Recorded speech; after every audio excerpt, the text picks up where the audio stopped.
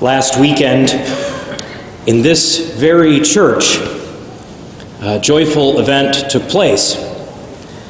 After 40 years of dedicated ministry, Deacon Ralph retired. And throughout those many years, now I don't have to tell you this, you know this, Deacon Ralph did so much for the people of God. Young or old, single or married, those in ministry or outside of ministry, through his physical actions, his physical works, through his words of encouragement, and maybe most of all, by his constant presence among the flock. He truly fulfills, he truly lives out his title, deacon, diakonos, servant. And at the Mass last weekend, he was rightly honored. He was recognized for his service, recognized the greatness of what he had done. In many ways, then, he's a perfect illustration of what Jesus is talking about in our gospel tonight. James and John, here they are attempting to elevate themselves, a little social climbing, we might say, trying to grab a special share of Jesus' glory. And as we hear, this makes the other 10 apostles indignant, incensed, angry at James and John. I don't know about you, but that makes me feel a little bit better that the 12 apostles too had to deal with things like jealousy and one-upsmanship and these very human things. But here they are wrestling with this request, and Jesus responds, "Whoever wishes to be great among you will be your servant." And the word servant in this sentence, in the original Greek, is diakonos. What Jesus is saying to the 12 is that true leadership, true glory, is servant leadership. It's leadership of diakonos. All of those who follow Jesus, he's teaching, must first be slave, must first be servant, must first be diakonos. Now, this doesn't mean that Jesus is saying that all of us now need to rush down to Rockford and become a deacon, okay? Although I'm sure if on Monday morning the diaconate office got calls from a bunch of guys, I doubt they'd be disappointed. But that's not what Jesus is saying here.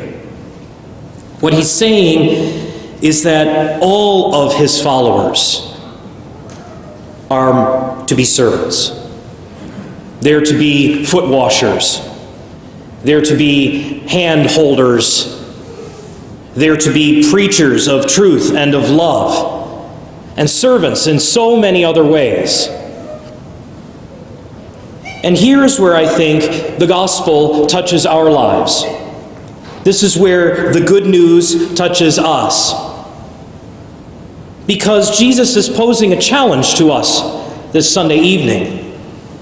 He's calling us to be servants. Now, if you're like me, whenever you hear that we're called to be servants, the first thing going through your mind might be, geez, Father, another thing that we have to do? Really? We're doing so much already. And that's true. But I think what's important for us to realize is that what Jesus is saying is that being a servant is not just another job on the checklist.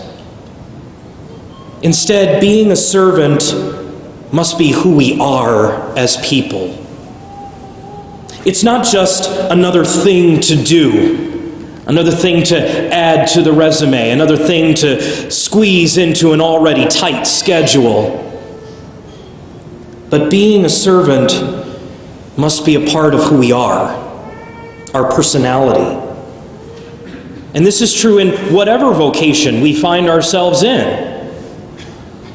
Some of us are called to be servants as ordained clergy, as priests or deacons. Most are called to be servants as faithful believers, as spouses, as parents, as children, as business people, as students. And yet all of us are called to be servants. Now, how we fulfill that service is going to be different depending on each and every one of us, right? You know, for James and John, for example, and for all the apostles, in fact, their service had to include a share in the sufferings of Christ. That's what he tells them today. They've got to drink the cup, they've got to be baptized with the baptism that he will be baptized with. They have to suffer in their vocation, and they did. Most all of them were martyred, right? Now, for a priest, our service is mainly through the sacraments, is mainly through fulfilling the promises that we made on our ordination day to be with and to serve the people of God. For a deacon, their service is through the ministry of the word, proclaiming the gospel, and through works of charity among the community, just like Deacon Ralph and so many other deacons.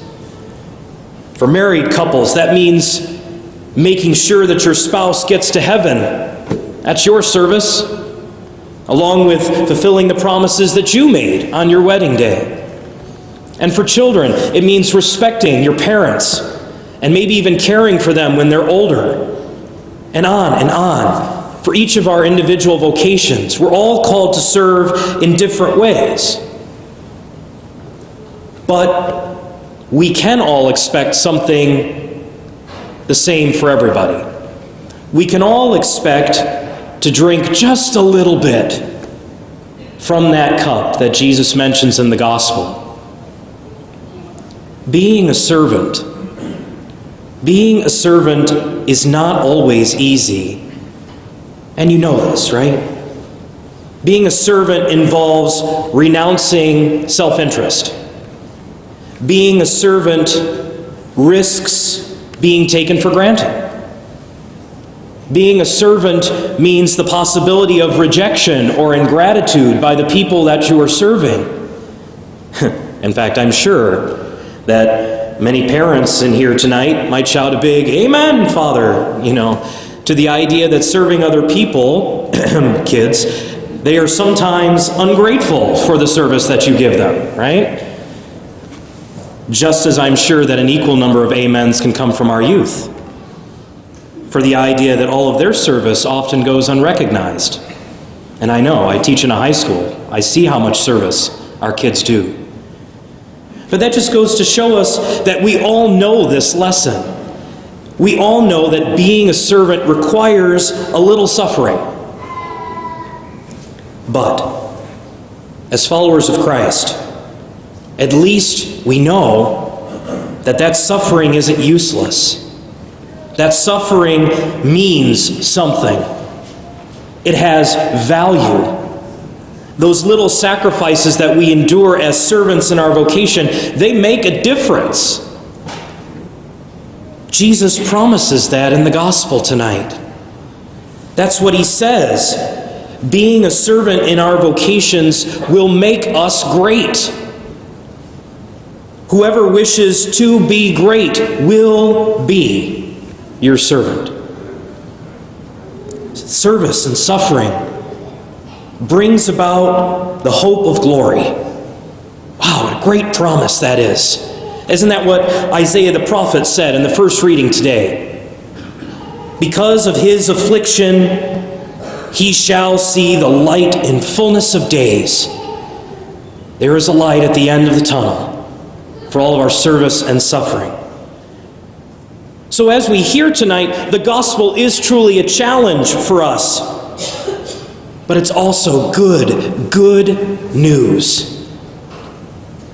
And so, my dear friends, let us heed the challenge of Jesus tonight. Let us serve. Not just do service, but let us be servants. Let us serve in our own vocations, whatever they may be. Let us endure the sufferings of that service, no matter how insignificant or great.